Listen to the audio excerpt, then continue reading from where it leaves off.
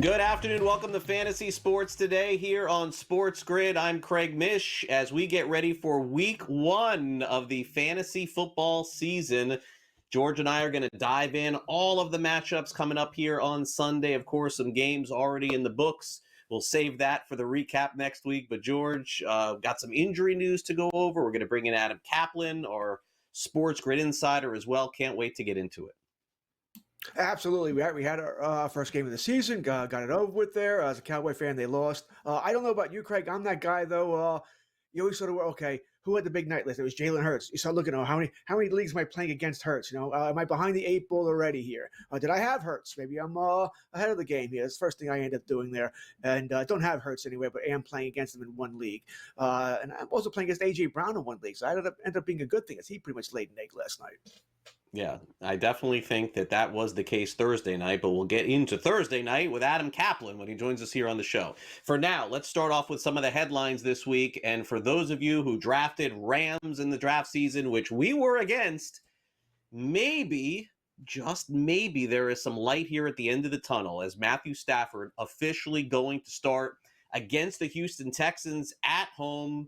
A lot of risk, of course, involved with Stafford and his back. Didn't play George a lot at all in the preseason. Very little as things wrapped up. You have to hope that he will be on the same page as his great wide receivers, of course, like Devontae Adams and Puka Nacua. Meanwhile, a late issue, I think that I couldn't have seen coming. I mean, are you kidding me? Christian McCaffrey may be banged up going into the fantasy season. Are you serious here? You're talking about my $100 in my Dynasty League out of my $200 cap to this guy? Oh, I got to take a breath. Hopefully he'll be okay. Why you do it? Don't take me off camera. Let me take my breath. Oh, okay. There you go. George, before we get to the other stuff here, let's start off here. Want to do McCaffrey at the start. Now, obviously, everyone is going to be waiting with bated breath no matter what is reported over the weekend. It's a late game on Sunday. I mean, I got to roll with it here, but I got to tell you, if I got some other options, I got to be ready to go. Well, depending on what your roster looks like, you should be putting McCaffrey in your flex spot right now. All right, just in case he is he's inactive. Whatever happens here, you can remove him. If he's playing for San Fran, he's playing for your fantasy team, right? Hey, if you're in an 8-team league, I guess you could have an all-star team where you can move him out here. But my first thought was, is he just trolling us? Is Shanahan just trolling us? Right? I mean, what's going on here? Listen, we said it many times during the draft season. I had no problem drafting McCaffrey, none, but I was only going to draft him in one league because I'm not going through this in several leagues, and I have him in one league, so I'll deal with it if he's out there. And I'm backed up there, and if he is out, I'll be okay here. If Brian Robinson is available on your waiver wire, he should not be, but if he is, go out and grab him, pick him up.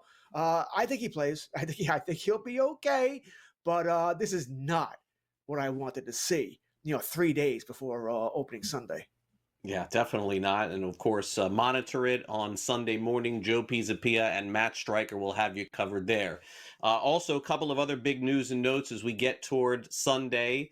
A lot of people trying to read into this one a little bit, George. I really don't think that there's anything to it. I mean, Amari Cooper decided to retire. He had a fantastic career.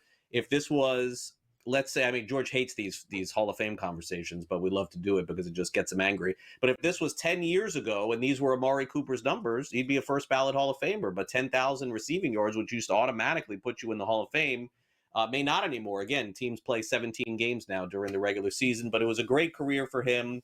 Of course, Jacoby Myers a little bit upset with that he didn't get a new contract, but he'll be there. Brock Bowers will be there, but Cooper spends exactly 1 month with the Raiders, and then he's out.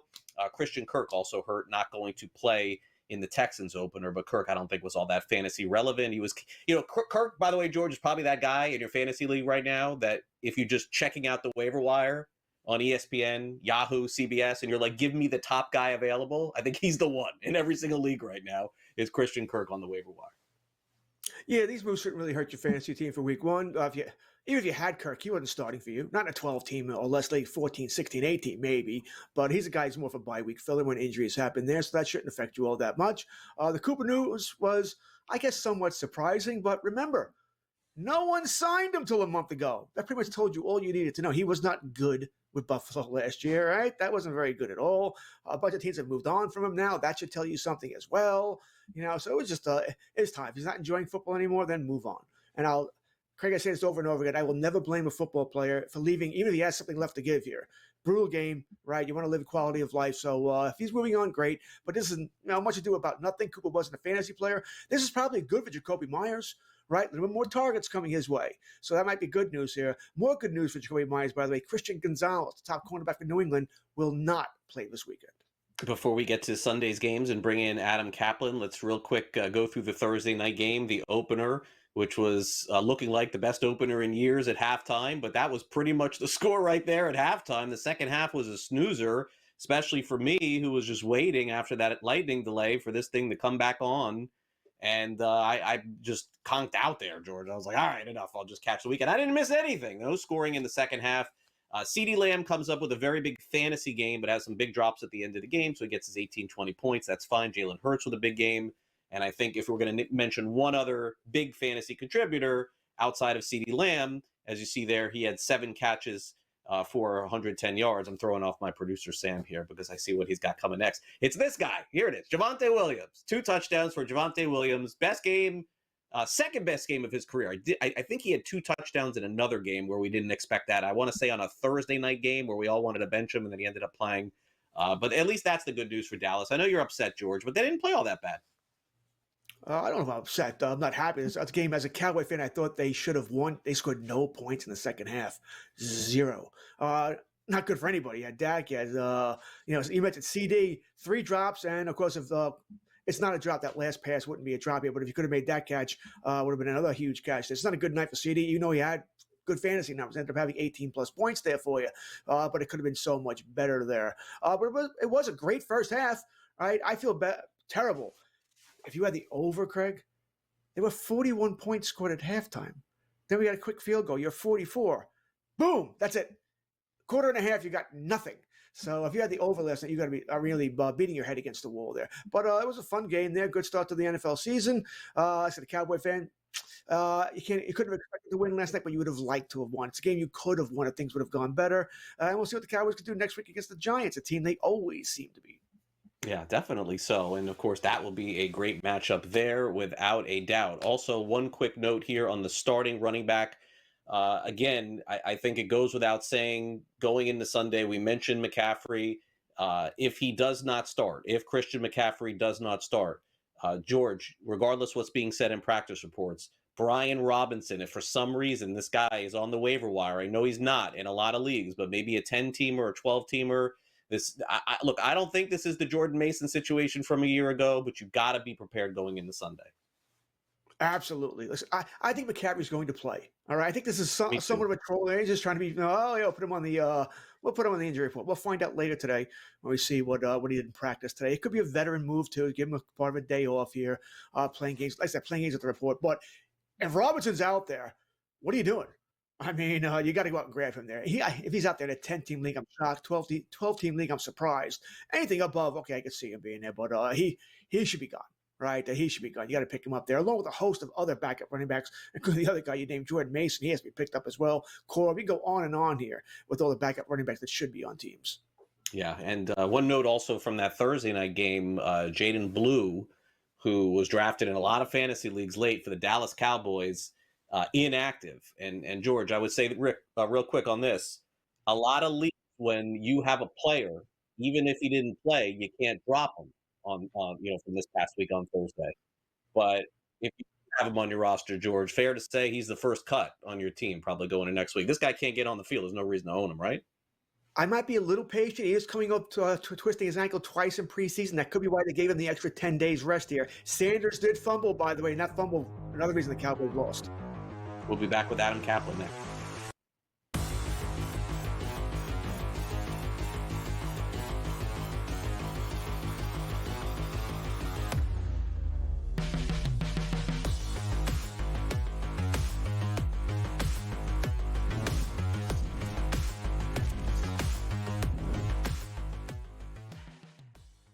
The sharpest football contest show in the land, the Las Vegas Football Contest Show, focuses on Circus Sports Million, Circus Survivor, and the Westgate Super Contest, handicapping the games and releasing our contest picks every week of the season.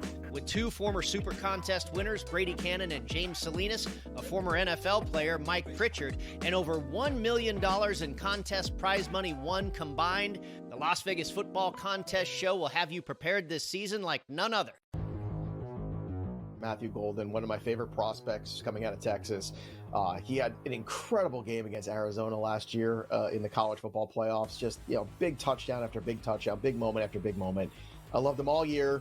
And I was a little, skeptical at first, like, okay, well, it's kind of a crowded wide receiver room. And guess what? It's getting less crowded because everybody's hurt in Green Bay. Matthew Golden is the truth. He's the only guy healthy enough to play. Fantasy Sports Today, only on SportsGrid. Donnie, the season is 6 months, 5 if you check out in September. You're going to have a bad month. The Yankees had a horrible month. That is true. But beyond that, their regular season looks okay. They're going to win their 90 games or maybe a little bit more and get to the postseason. What is everybody freaking out about? Everybody freaks out. It's the Yankee tax and the Yankee fan tax as well, where every single season you enter into the equation going like, it's championship or bust. Newswire, only on SportsGrid. Remember these names: AZ Fudd, Olivia Miles, Lauren Betts. Depending on who wins that lottery, that's going to depend on who goes what. If Washington wins, it's Fudd. She's from the area. If Dallas wins, they're going to bring Fudd to play with, obviously, Paige. If Minnesota wins, I think they go Miles with the point. If Seattle wins, they go with Miles, and the same thing with Chicago. Betting above the rim, only on SportsGrid.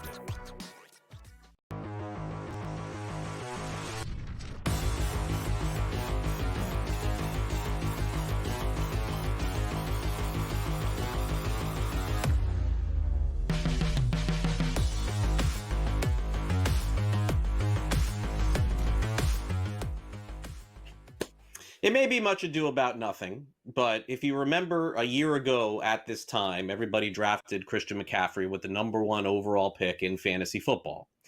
And at the time, we were told that, it's not going to be serious. He may be out a little while. And then it felt like 24 hours later, we found out this guy may not play during the season. So we got to bring in Adam Kaplan, our SportsGrid insider, for this. Of course, George, here with us as well. And I just feel like it's the biggest topic this weekend in fantasy because of, Adam, I don't want to say misinformation. Misinformation is like Sean McVay telling us Todd Gurley's fine and then he's on a bike in the Super Bowl. Like, that's misinformation. That I get. This, I think it really caught them by surprise last year. So should we be surprised if he doesn't play Sunday, play in 6 weeks, play in 5 weeks? This is the biggest topic going into week 1 because of what just happened in the last 48 hours. Craig, you're absolutely right. Let me explain Christian McCaffrey and injury reports and just declare some information. Some misinformation. Let me explain what happened here. So McCaffrey was fine for Wednesday's practice. The goals, no more reps, no problem. Something happened on Thursday. He now has a calf injury. By the way, if you followed his career, as I do, I've covered injuries for 27 years. I used to be a partner in footballinjuries.com, so I know this stuff. This is my bread and butter. Mm-hmm. He's had calf injuries before and not played. You worry about that. He's an older player. He's had a lot, guys, of soft tissue injuries. This is always a concern of mine. And part of playing fantasy, you and I, Craig, have probably combined played like 50 years for fantasy, right? And I don't know about George, but I can just tell you, I played a long time. There's nothing more frustrating than your first pick overall and you don't know when he's going to play. You kind of alluded to it. It's incredibly frustrating. McCaffrey is a great person. He's a great football player, but he's frustrating from a fantasy standpoint because you get the best information. Then if he doesn't feel right during pregame warmups, he doesn't wind up playing. Now, the other question is, what will they do if he doesn't play? They made the trade for Brian Robinson. Understand something with Kyle Shanahan. He's a volume running play caller. It starts and ends with the run game, just like his dad. You know about Mike Anderson, who is phenomenal for fantasy. Orlando Scary. You go through it. Of course, Terrell Davis is the best one. But the bottom line is, guys, Brian Robinson was traded for a reason. He's a volume carry guy. Isaac Guerrero, who they love, I'm told, explosive, older back. He's actually 25. Big injury history, but really explosive. There are concerns about durability and how much he can handle. Brian Robinson of the two is the one I'd want. All right, this is not making me feel any better about Christian McCaffrey on Sunday. I Being think the honest. advice there, by the way, is you better have somebody playing the late games or Monday Night Football to replace McCaffrey if you don't have a Brian Robinson type there. Adam, last night we had first game of the season, fantastic, it was fun. Second half a little dull here, but we had the incident. All right, what do you think is going to happen with Jalen Carter? NFL has this new little thing where got to respect your opponents this year, not the way they wanted to start it. So, George, actually, the taunting stuff has been there. That's been an emphasis for years, but now they've taken it to another level, which is what you're talking about. I expect a fine here. Now, understand there might be some mitigating circumstances. We didn't know this until the video came out, but you see Dak Prescott, the Cowboys quarterback, he actually talked about it. I mean, he talked about it after the game. He knows he spit. It's on video, but he wasn't spitting at Carter. He says he spits a lot. And the spit, I can't believe we're talking about this, but this is Spitgate now. It is what it is.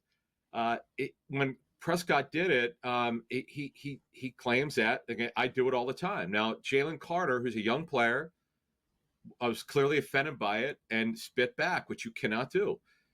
I know he's a young player. He's had some maturity issues in his career. This is not a secret to anyone who knows what's gone on with him. But for the most part, as I understand it, guys, with the Eagles, he's done things the right way. This was not good. Somehow they won this game. And you know what's interesting? I feel strongly on Schottenheimer for fantasy. Will actually be pretty good. He was phenomenal for Russell Wilson in 2020. Yeah. I think Dak will do very well with Schottenheimer for fantasy. Actually, I have him in backup in one of my leagues. And unfortunately, last night, they got a little bit more enamored with the run than I expected. And it's very simple. Jalen Carter leaves the game, guys. They only threw it, I think, 4 or 5 times more than they ran it. And knowing the way Schottenheimer calls games, he likes to throw it a lot in the first half.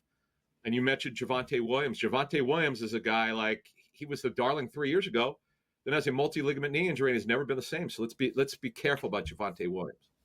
Yeah, and certainly Williams with 2 touchdowns. That's going to be a lot for anyone on opening weekend of the National Football League. It has to be. All right, so do you think, Adam, that Sunday night's game between the Bills and the Ravens will feature a team that goes to the Super Bowl this year? Because if so, it's the last chance to grab all these fantasy assets on both of these teams. I understand that there are more of them on the Ravens side than there are on the Bills side, but this is one of the highest totals. I think it is the highest total on the board this week in the NFL. So that tells me you got to play everybody you got in fantasy in that game.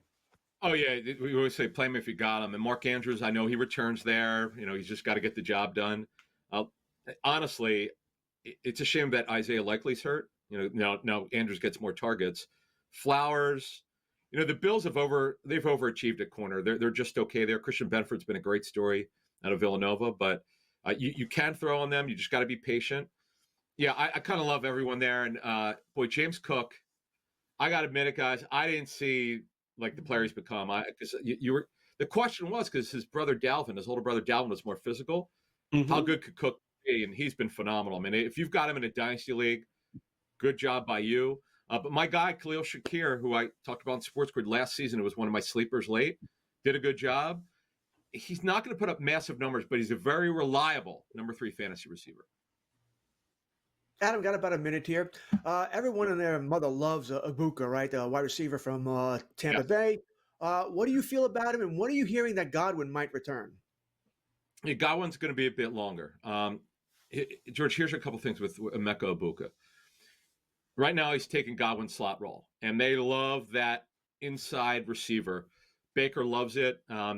He's going to be targeted heavily. Now, when Godwin comes back, they'll have to make a decision on how they're going to line up Ibuka, probably more outside than inside. But in dynasty leagues, he will be the long-term replacement down the line for Godwin. He's a great kid, high character, very competitive. He finds a way, George. I love this. He finds a way to get open. That's very important for a rookie receiver. Yeah, and if Ibuka plays very well, Adam, Godwin will come back. Ibuka will be the starter. I'm telling you now, if he plays well at that time. Adam, great to see you again. Thanks again. We'll be right back.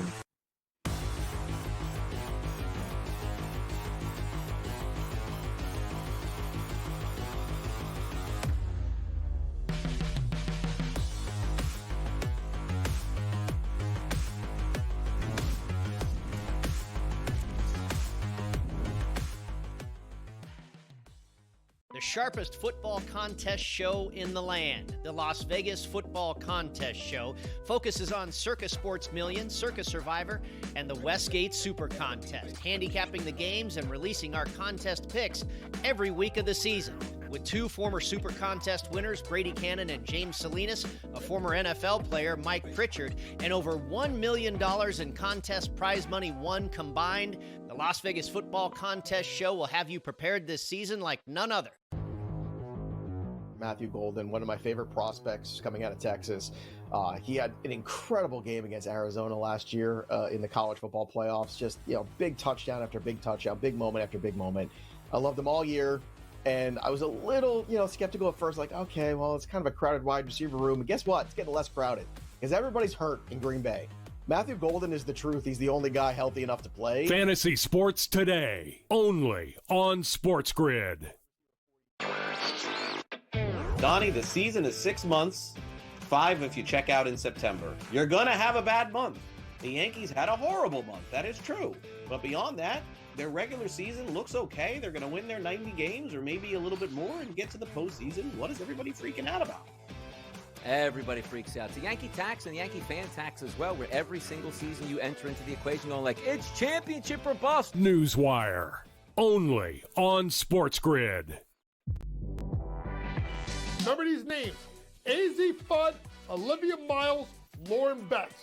Depending on who wins that lottery, that's going to depend on who goes what. If Washington wins, it's Fudd. She's from the area. If Dallas wins, they're going to bring Fudd to play with, obviously, Paige. If Minnesota wins, I think they go Miles with the point. If Seattle wins, they go with Miles, and the same thing with Chicago. Betting above the rim, only on SportsGrid.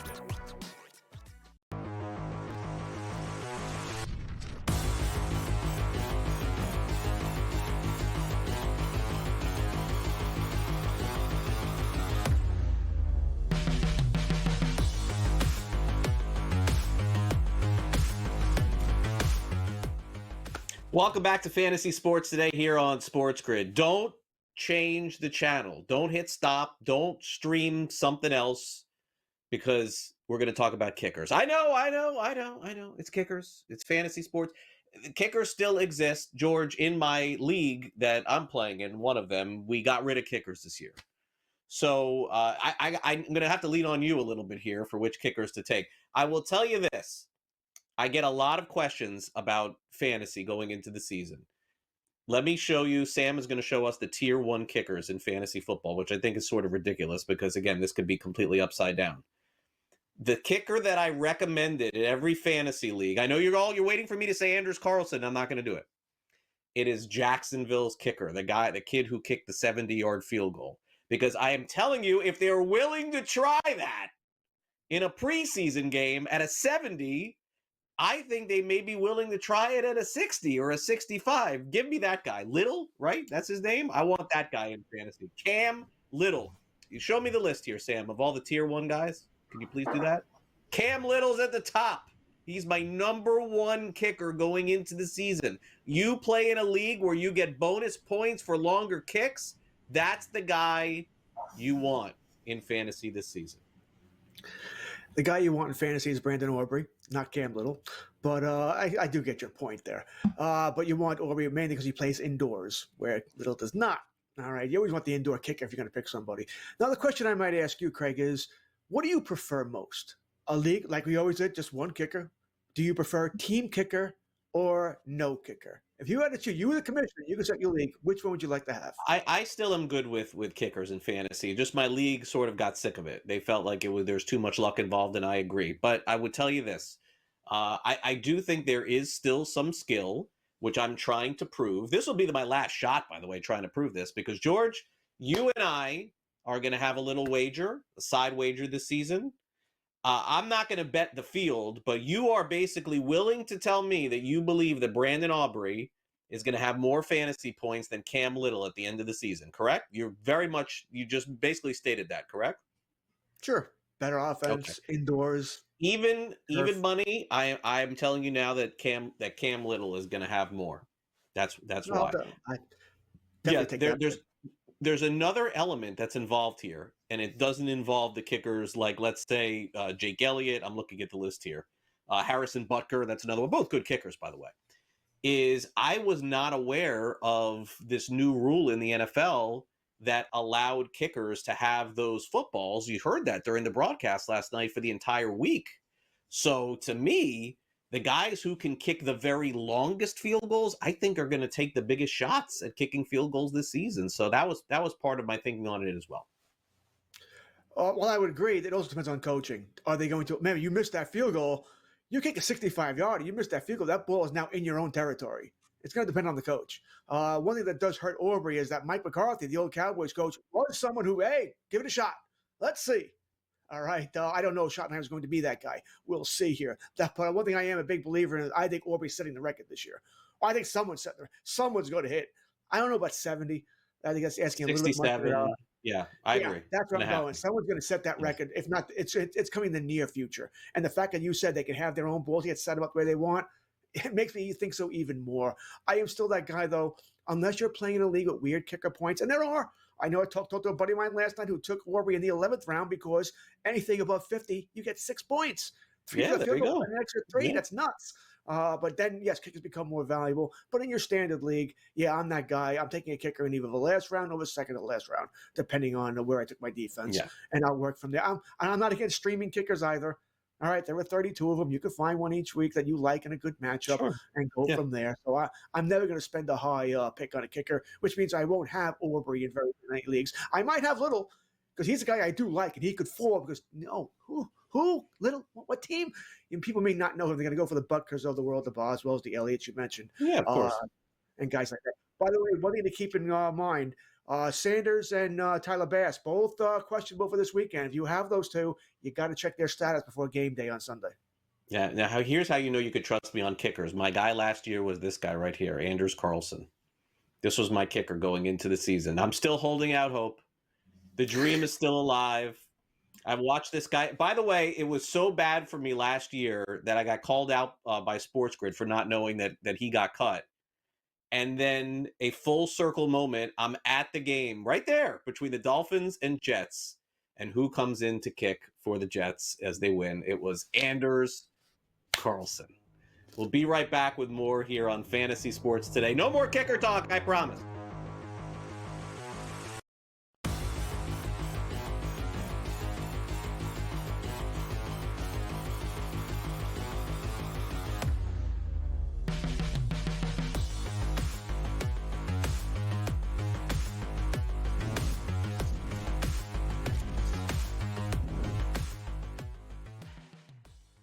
The sharpest football contest show in the land, the Las Vegas Football Contest Show, focuses on Circa Sports Million, Circa Survivor, and the Westgate Super Contest, handicapping the games and releasing our contest picks every week of the season. With 2 former Super Contest winners, Brady Cannon and James Salinas, a former NFL player, Mike Pritchard, and over $1 million in contest prize money won combined, the Las Vegas Football Contest Show will have you prepared this season like none other. Matthew Golden, one of my favorite prospects coming out of Texas. He had an incredible game against Arizona last year in the college football playoffs. Just, big touchdown after big touchdown, big moment after big moment. I loved him all year. And I was a little, skeptical at first, like, okay, well, it's kind of a crowded wide receiver room. And guess what? It's getting less crowded because everybody's hurt in Green Bay. Matthew Golden is the truth. He's the only guy healthy enough to play. Fantasy Sports Today, only on SportsGrid. Donnie, the season is 6 months, 5 if you check out in September. You're going to have a bad month. The Yankees had a horrible month. That is true. But beyond that, their regular season looks okay. They're going to win their 90 games or maybe a little bit more and get to the postseason. What is everybody freaking out about?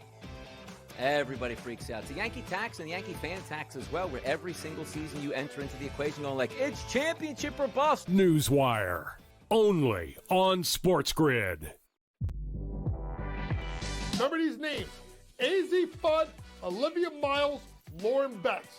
Depending on who wins that lottery, that's going to depend on who goes what. If Washington wins, it's Fudd. She's from the area. If Dallas wins, they're going to bring Fudd to play with, obviously, Paige. If Minnesota wins, I think they go Miles with the point. If Seattle wins, they go with Miles, and the same thing with Chicago. Betting above the rim. Only on SportsGrid.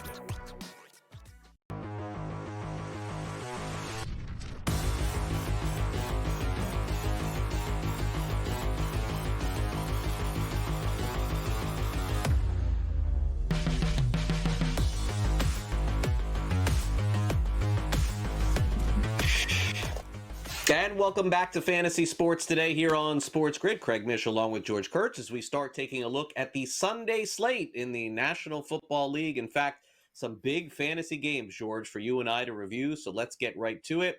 Focus first on the early games, and we'll head over, of course, to the Buccaneers and Falcons, a game that's going to be played in the Dome. So no weather concerns. I can tell you, George, if this game was in Florida, it would be major concerns, raining all over the place all week long. It's kind of crazy. Bucs are actually favored in this game, and I guess it's just more of not really knowing how the Falcons are going to perform with their new starting quarterback that started the end of last year, Michael Penix Jr. How do you see this game? It feels like if there was going to be an early game where you would expect a lot of points, it feels like every time these two teams play, twice a year, if I could get that out, there's a lot of points scored in these games. Yeah, you're right. There are actually fantasy goodness on both sides here. Tampa Bay, by the way, is one of those sneaky teams that some people believe are I don't want to say a long shot, but it's the sneaky team that maybe make the Super Bowl here, right? Baker Mayfield has taken that next step here. Of a defense which was really hurt last year, right now is not hurt. We'll see if they can do that here. Bucky Irvin's become a true running back one, every week starter for you, right? Now, we're probably not going to have Chris Godwin. I don't know if we're going to have Chris Godwin for most of September here, which means that Buka, the rookie, is really a top play here on my mind. A wide receiver 2 coming into. You're starting Evans, of course, here. Cade Otton is that borderline tight end 1. He's coming off injury as well here. I would probably stay away from him. As far as the Falcons are concerned, I don't know, Craig. All right. Is Penix the real deal? Do we believe? Do we not believe? If he's the real deal, London's going to have a great season. Mooney, when healthy, should do very well also here. But let's not forget, their offensive line is already banged up. I think that's going to be I think that could be a problem. It could be a problem for Bijan, of course. It could be a problem for the passing game here. I do like the Tampa Bay Buccaneers to win this game, although I believe the Falcons beat them twice last year. But give me the Buccaneers here. But there's pretty much, if you have somebody on your fantasy team here, you're starting in this game. Yeah, your first look at Egbuka, wide receivers you mentioned on Tampa Bay, and also, probably I would say it's fair to say the final shot for Kyle Pitts in Atlanta. If he's not going to get it done this year with Michael Penix, I don't think he's going to get it done at all. All right, Colts made a quarterback change. They open up 1 o'clock Eastern Sunday against the Miami Dolphins. Sort of a mixed bag here. Expectations, George, kind of low that this is going to be a shootout. Again, you have Tyreek Hill and Tua Tagovailoa. It feels like they have mended their fences and everything is kumbaya. We will see. Devon Achane is supposed to play. Jalen Wright will not. The Dolphins do not have a lot of depth, George, at the backup running back position. So this young guy, Ollie Gordon, now all of a sudden becomes maybe a flex play on Sunday. And for the Colts, I mean, it's the same names as usual. It's Michael Pittman, it's Jonathan Taylor, and those are really the only names that you could trust going into the game. But a lot of folks feel that the Colts defense is good enough to keep Miami at bay and keep the game close. How do you see it? I think it's going to be a good, solid football game. I do. Listen, I'm as interested as watching Daniel Jones as much as anybody else. Listen, NFL-wise, yeah, he's average at best, and that's probably being kind here. But fantasy-wise, this is good. If you have a cold player, Daniel Jones is who you want starting. Or he'll make Pittman more valuable here. He will. He'll make Tyler Warren, who you and I both liked coming in, more valuable. And he should help Jonathan Taylor as well, right? Because now the defense does have to back off a little bit. You just can't play 8-man in the box to stop Taylor here. So, yeah, Josh Downs is probably the one guy you're talking about. Maybe he's a start, maybe not. Really depends on what else you have on your roster there for Indianapolis. I'm probably not dying to start him, but I wouldn't mind it either here. For Miami, yeah, it's been a weird offseason, right? Tyreek Hill, now this week he's not a captain. All right, I'll be a leader on the field. Okay, let's see it. Greg, I bombed on him last year, right? On this show, he was my number 1 pick, right? I'll pick him top, first guy overall. Went down with the ship there. That did not work out well. Well, cost me a championship in my home league there. So, but we'll see. Can he become that guy again? Waddle's still probably a solid wide receiver, too. Tua, as long as he's healthy, as a quarterback, too. And that's really what it is here. And you're starting Shane. I don't know if I see anybody else. If you're starting Darren Waller, well, you're probably stuck in the past here. All right. I don't know I'm going to expect to see much out of Waller this early in the season. He's a we'll wait and see guy, maybe a bye week filler. Yeah, I mean, Jonnu Smith was probably the best tight end in fantasy football over the week's final 6 games. The Dolphins traded him. They got Darren Waller, who was recommitted to winning and recommitted to playing, and then he hasn't practiced once this week. He may not play this weekend against the Colts. So who even knows? I think George is right. I don't think that you could trust him at all, no matter what you see on the injury reports this weekend. All right, the Bengals and Browns. Of course, it's going to be all systems go for the Bengals. First pick in everybody's fantasy draft was more or less Jamar Chase. If not, he was a second overall pick. T. Higgins is back once again. Chase Brown is now the guy in Cincinnati. There's no Moss ahead of him going into the year. He's gone. It's more or less the Chase show, but I would suspect that the Bengals always seem to use 2 running backs. Maybe they will. On the Brown side, it's a little bit messy. And I think from a fantasy standpoint, George, what you're kind of hoping here is that the Browns can kind of just keep this game close, because if Flacco has to go into drop back and throw mode, generally that's not going to be a good recipe for him. They got to mix in that running game to keep him off his back, because he ain't rolling out and throwing it deep. This is what I would say is, if you have a Cleveland Brown on your roster and you're not starting him here, why is he on your roster? All right, Cincinnati's defense is terrible. They're going to score a ton of points. Right? There's going to be a lot of overs here. I think it's 47.5, by the way. So a lot of overs coming with Cincinnati. Defense is not good. Henderson, Dick's side, congratulations there. Listen, I understand you got Joe Flacco, who's more of a quarterback too. You're probably not starting him. I get it. But you're starting Judy here. You're starting the Njoku here against this defense. Running back, you're sort of playing, is it Jerome Ford? Is it Dylan Sampson? Yeah, we'll see here. Maybe both start. It's not on the same team, but on 2 different teams. Mm-hmm. See which guy works it out there. I think Ford will at least be a touchdown guy, though I'm not positive about that either here. But like I said, if you have a Brown, he probably goes for me in this game. Everybody on Cincinnati goes. All right, Higgins, Chase, Brown, obviously Burrow. I guess the one guy, third string wide receiver, if you say Iosivas, probably not starting him, but this is going to be a high-scoring game here. A lot of fantasy goodness coming. Panthers and Jaguars. The Jaguars are a little bit more than a 3-point favorite. We'll see where this is on game time. A lot of folks, George, feel like Jacksonville is one of the sleepers in the NFL going into the season. We talked about, last year I was like on an island with Washington. I kind of feel the same way about Jacksonville, George. I feel like, Liam Cohen was the only one that could fix Baker Mayfield and got that guy going. Maybe he can fix Trevor Lawrence, get him to throw the ball. They got Hunter, they got Thomas, and running back's not great there, but clearly you're probably going to be playing those guys. I guess the bigger question is for the Carolina Panthers, George, when it comes to teams in the NFL that are sort of anonymous in fantasy, boy, I mean, Carolina is one of those right there. They got some help in the offseason. They got a brand spanking new wide receiver in the first round. Bryce Young played well in the second half. But I kind of feel like a lot of these guys are on the outside looking in. Chuba Hubbard, yes, you're playing him, but not a lot of Panthers going to be starting in fantasy this week. Yeah, you're sort of right about Carolina. You already said it, Young. It's all about Young. If he is becoming that quarterback, the way he was the last half of last season, last start of last season, if he takes that next step, boy, they got something in Carolina, right? You solved that one position. You picked up Ted McMillan, right, through the draft. That's good. You went to Chuba Hubbard. He's a running back. You're starting him week in, week out. He's really good. Gets no love, no publicity at all, but you're starting him week in and week out there. It might be that's probably as far as I'm going to go with Carolina. I guess like Xavier Legette, if you're really desperate, but you shouldn't be in week 1, he could possibly be a starter. And Jacksonville, you're right. Everybody, excuse me, everybody and their mother is thinking Jacksonville could be that team this year. Right? The Cohen's going to fix Lawrence. They got Travis Hunter, the next two-way superstar, the next Deion Sanders, Bo Jackson, whatever it might be here. It's a weak division. I don't trust Houston there. I think Jacksonville is going to make a run at this. So I would think about starting Lawrence, but he's not a quarterback 1 this week. He didn't make my top 12, more or less my top 10 here. But I am interested as well there. Brian Thomas goes for you. Running back is interesting. Craig, do we believe in Tank Bigsby? I'm close to pulling the trigger on him starting in the league in my flex. Yeah, he's been a little up and down. Let's close out with the Lions and Packers real quick. All hands on deck for Detroit. Goff, Jameson, Amon-Ra, Montgomery, Gibbs. Is there anything else to add? On the Packers side, it's just trying to figure out which wide receiver is going to have the big week this week, George. But certainly Love is a top 12 quarterback, and Josh Jacobs starts for you no matter what. I wouldn't trust Jayden Reed as far as the receivers there on Green Bay. I would give Golden a shot. Tyler Tucker-Kraft going to go at my tight end here. Jordan Love, not an automatic start for me. I have him in a 2-quarterback league, and I'm going to start Daniel Jones over. Wow. Okay. Big decisions to make there. We got some big decisions to make next. It's buy or sell.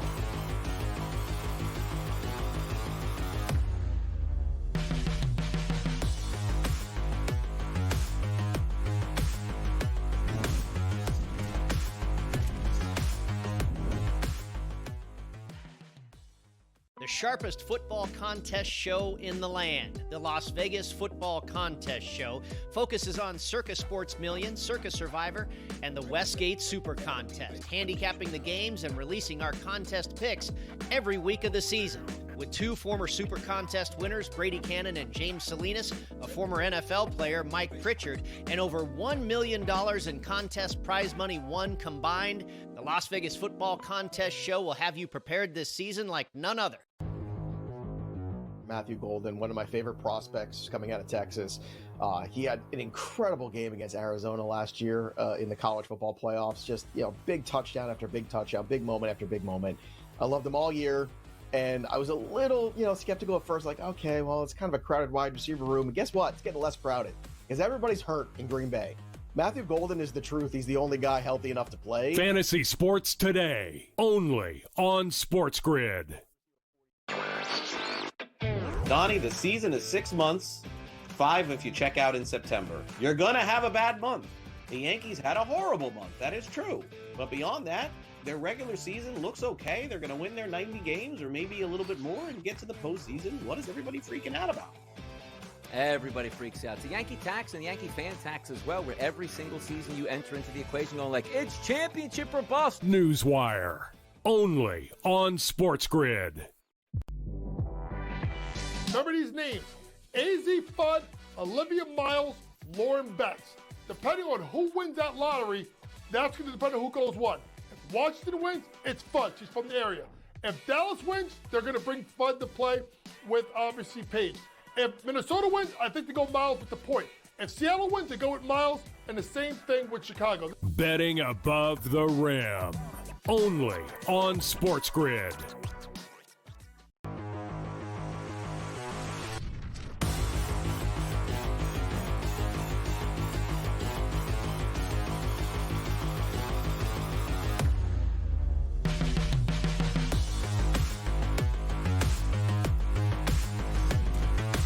Welcome back to Fantasy Sports Today here on SportsGrid. It's the first week of the NFL season here on Fantasy Sports Today.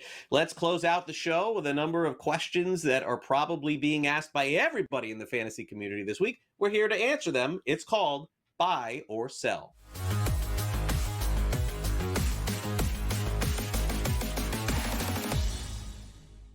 Well, certainly, I think, George, it's fair to say that a lot of people had their fantasy football drafts a couple of weeks ago, or maybe even a week ago. I know you and I just did it earlier this week. So this question, I don't know that it even really applies to us. It's kind of unthinkable, but for maybe other people it is. I'll ask you, George, buy or sell? You should not make fantasy trades between your draft and week 1. So this would be like 5 days. Buy or sell? Now you and I have been doing this for a long time, right? I know I'm here since the late 80s here. And back in the day, we made trades all the time. Forget about after the draft, maybe during the draft, that night. Yeah. I mean, trades are just all the time. People don't trade anymore. It's rare. All right. Everyone's worried about getting ripped off. You know why? And it's your fault, Craig, and it's my fault because they're worried about us going, oh, you're an idiot. That was a terrible trade. Why didn't you ask us? That sort of thing. They're worried about so no one wants to make a fair deal anymore. They want to make a kill deal. Well, they obviously won. They're afraid of anything else here.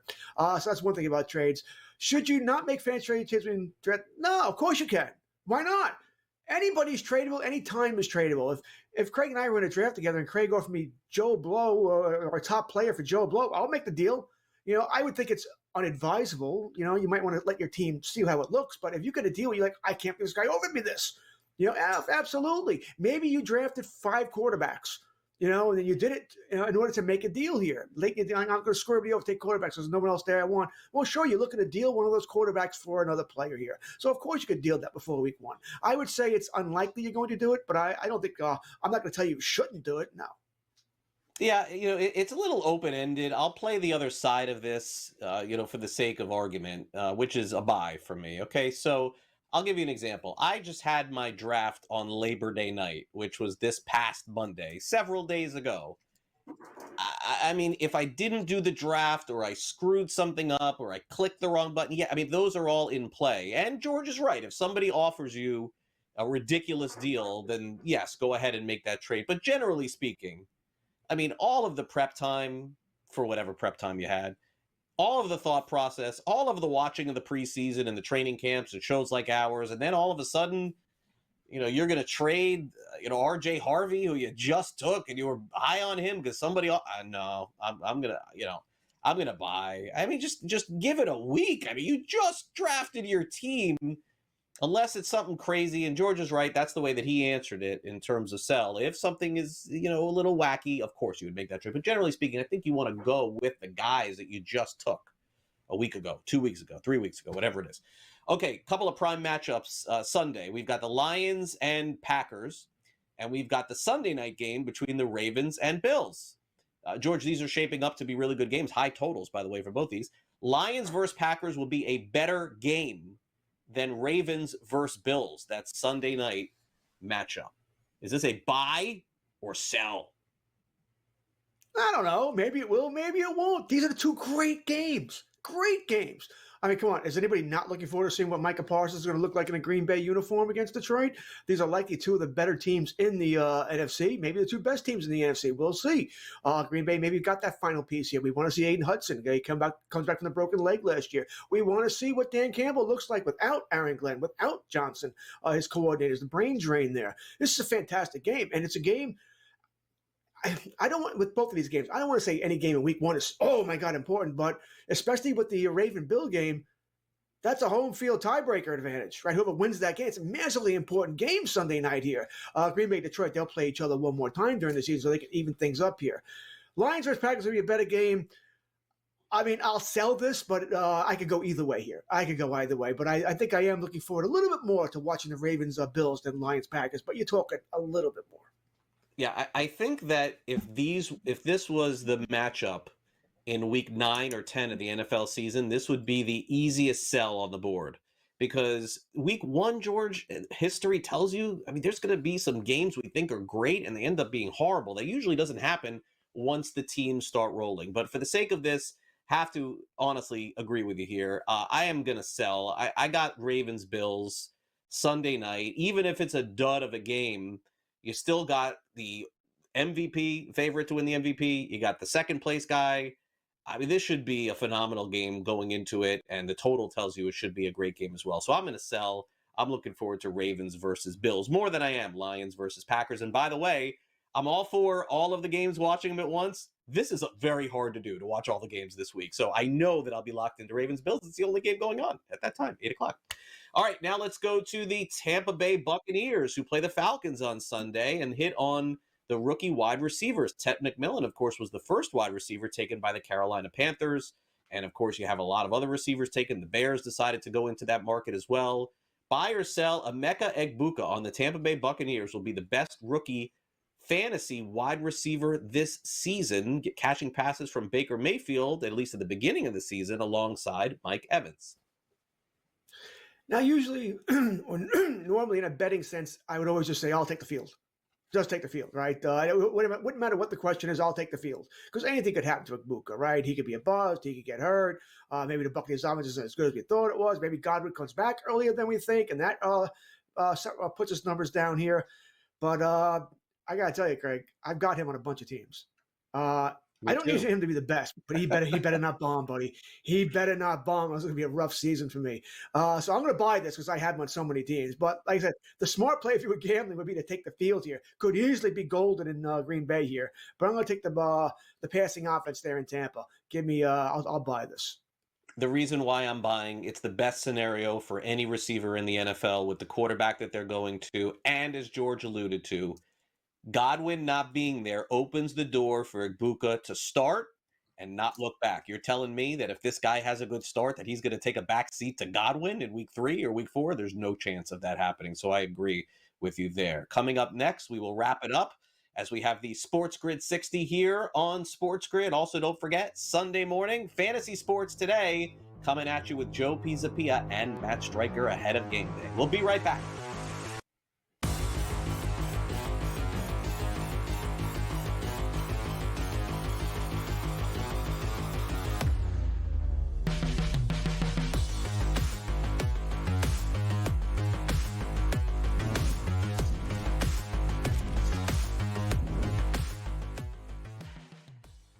the sharpest football contest show in the land. The Las Vegas Football Contest Show focuses on Circa Sports Million, Circa Survivor, and the Westgate Super Contest, handicapping the games and releasing our contest picks every week of the season. With two former Super Contest winners, Brady Cannon and James Salinas, a former NFL player, Mike Pritchard, and over $1 million in contest prize money won combined, the Las Vegas Football Contest Show will have you prepared this season like none other. Matthew Golden, one of my favorite prospects coming out of Texas. He had an incredible game against Arizona last year in the college football playoffs. Just, big touchdown after big touchdown, big moment after big moment. I loved him all year. And I was a little, skeptical at first, like, okay, well, it's kind of a crowded wide receiver room. And guess what? It's getting less crowded because everybody's hurt in Green Bay. Matthew Golden is the truth. He's the only guy healthy enough to play. Fantasy Sports Today, only on SportsGrid. Donnie, the season is 6 months, 5 if you check out in September. You're going to have a bad month. The Yankees had a horrible month. That is true. But beyond that, their regular season looks okay. They're going to win their 90 games or maybe a little bit more and get to the postseason. What is everybody freaking out about? Everybody freaks out. It's the Yankee tax and the Yankee fan tax as well, where every single season you enter into the equation going like, it's championship or bust. Newswire, only on SportsGrid. Remember these names: AZ Fudd, Olivia Miles, Lauren Betts. Depending on who wins that lottery, that's going to depend on who goes what. If Washington wins, it's Fudd. She's from the area. If Dallas wins, they're going to bring Fudd to play with, obviously, Paige. If Minnesota wins, I think they go Miles with the point. If Seattle wins, they go with Miles, and the same thing with Chicago. Betting above the rim, only on SportsGrid.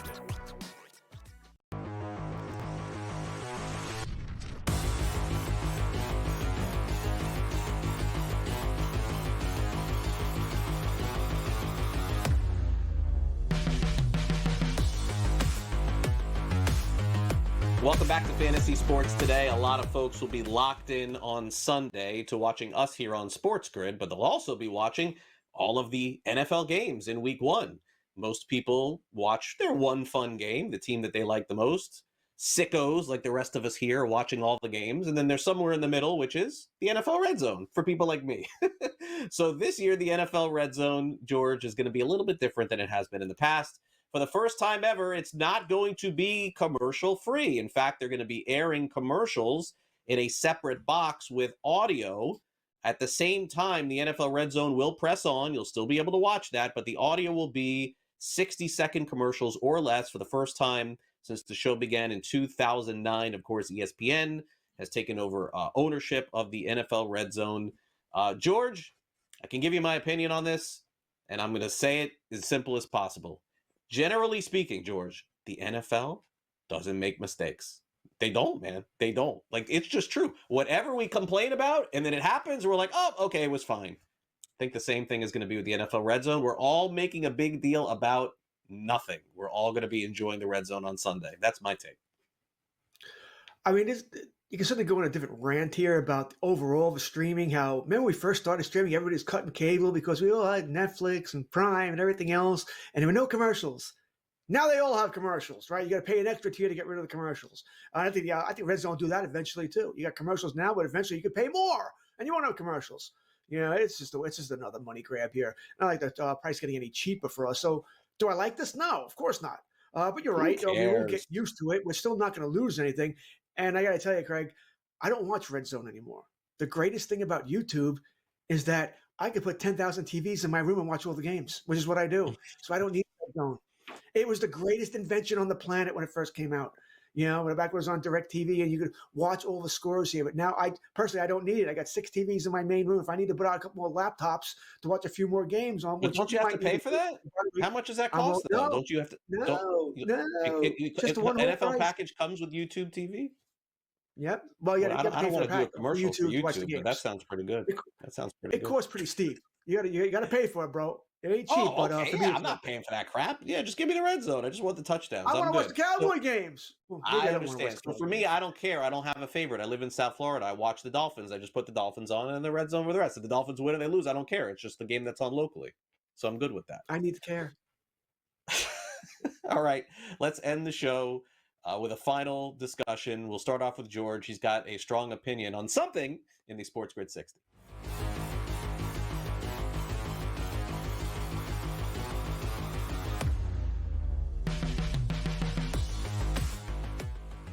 No, I think Craig knows. Craig and I are both big baseball fans, and baseball is very romantic for me. It always will be. Opening day, opening week, love it. I mean, it's the only thing my father and I agreed upon. My father was not a football fan, but there is something different about football Sundays. It's just you get up early, you get your stuff done, you get ready to watch the games. I even like it when they have the overseas games. I think they're dumb, mind you, but I like it when they have the overseas games. We get football from 9:30 a.m. Eastern to 11:30 p.m. that night. There's just nothing like a football Sunday. And the greatest thing about working in this industry is, when the wife, we got to go to my sister's house for this. I can't. I have to watch the football games. It's work. Sorry. It's the greatest day. So I'm looking forward to week 1 here. I am that guy. I kind of like I don't like football in beautiful weather. I don't. When it's 80 degrees out and sunny, I think football needs to be played in the elements here, whether it's a wind, rain, snow, cold. I enjoy those games much more. And I like that when we get a snow game in November or December or whatever in Buffalo or Denver, whatever it might be. Can't wait for the NFL to start, even though I don't think it's, as far as my fandom is concerned, probably not going to be a good year for me. Yeah, I understand, because I understand the way it goes. All right, so last year I was on this show, Fantasy Sports Today. I was on SportsGrid. For those of you who know me, I am the last person to say, I told you, like everybody else in the industry. I don't do that. I think it's stupid. Nobody cares. But that being said, last year I was that guy that George laughed a little bit. Adam Kaplan laughed a lot of it. He almost took one in the you-know-where, with the Washington Commanders, who I said are going to the Super Bowl. And people laughed. This is at the beginning of the season. Oh, what are you, nuts? What are you, nuts? Okay, this year, I don't have a team that's going to go to the Super Bowl like that, but I am going to give you my Super Bowl prediction. George, you can close it out if you want to. My Super Bowl picks this year are Baltimore in the AFC and Green Bay in the NFC. I do think that trade is huge. And my pick for the team to go all the way to the AFC Championship surprise is going to be Jacksonville. The Jacksonville Jaguars. I think Cohen is going to get Lawrence, who I thought he was going to be 4 years ago. George, who's your pick? Super Bowl. Quick, go. 20 seconds. I'll go Buffalo, Philadelphia. All right, Green Bay's a good choice. So is Baltimore. I have nothing against yours. All right, guys, I hope you enjoy Sunday's games in fantasy. We'll see you back here next week on Fantasy Sports Today.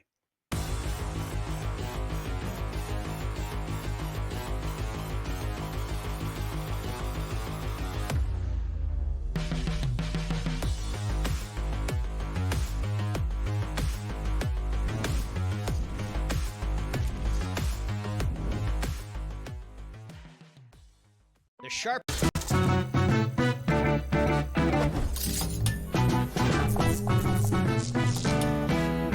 Guess what, golfers? Vegas isn't just casinos and pool parties. In fact, there are 50 golf courses within a 15-mile radius of the Strip, all boasting beautiful desert oasis landscapes. So, if you're looking for a break from the action, consider hitting the links. See you in Las Vegas. Let's get lucky. Donnie, the season is 6 months, 5 if you check out in September. You're going to have a bad month. The Yankees had a horrible month. That is true. But beyond that, their regular season looks okay. They're going to win their 90 games or maybe a little bit more and get to the postseason. What is everybody freaking out about?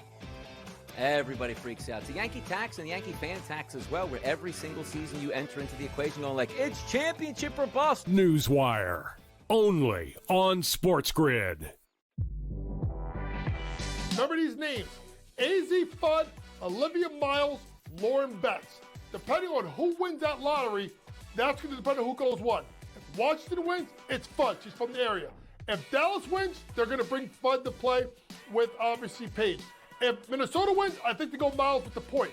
If Seattle wins, they go with Miles, and the same thing with Chicago. Betting above the rim. Only on SportsGrid. I don't like it. Does he think he's playing on the opening kickoff? Does he want to get a handoff at that point? I mean, he's involved in the program. Here's the problem with James Franklin. Why do coaches even run out with the football team?